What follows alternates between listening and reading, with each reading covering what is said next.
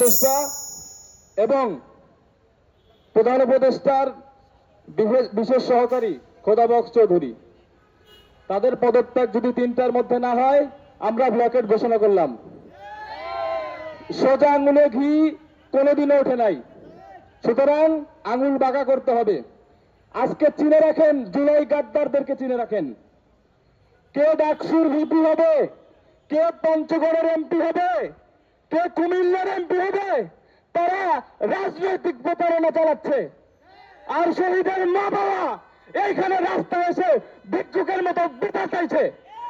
এরা সব জুলাই গাদ্দার, এদেরকে আমরা দেখে নেব ইনশাল্লাহ। এদের সাথে কোন লিয়াজু চলবে না, এদেরকে আমরা অবাঞ্ছিত ঘোষণা করলাম।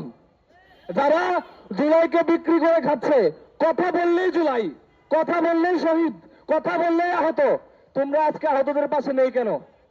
আমার ভাই আলভির পিতাকে বন্দুকের ব্যারেল দিয়ে মেরে সে স্ট্রোক করেছে, তাকে দেখেন, সে লোকটা দেখেন, তাকে চিনে রাখেন। কে আঘাত করেছে হার্টের রুগীকে, তার হার্টের রিং পরানো লাগছে।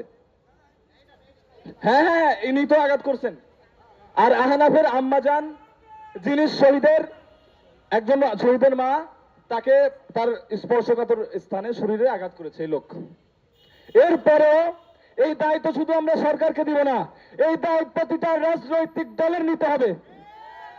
সরকার থেকে তো কোনো সহমর্মিতাপূর্ণ একটা বাক্য আসেই নাই, কোন রাজনৈতিক দল থেকে আসে নাই। কাদের উপর জীবন এবং রক্তের উপর ভর করে তোমরা রাজনৈতিক দল করেছ? কিভাবে উপদেষ্টা হয়েছে? এই প্রশ্ন আজকে জাতি তোমাদের করবে।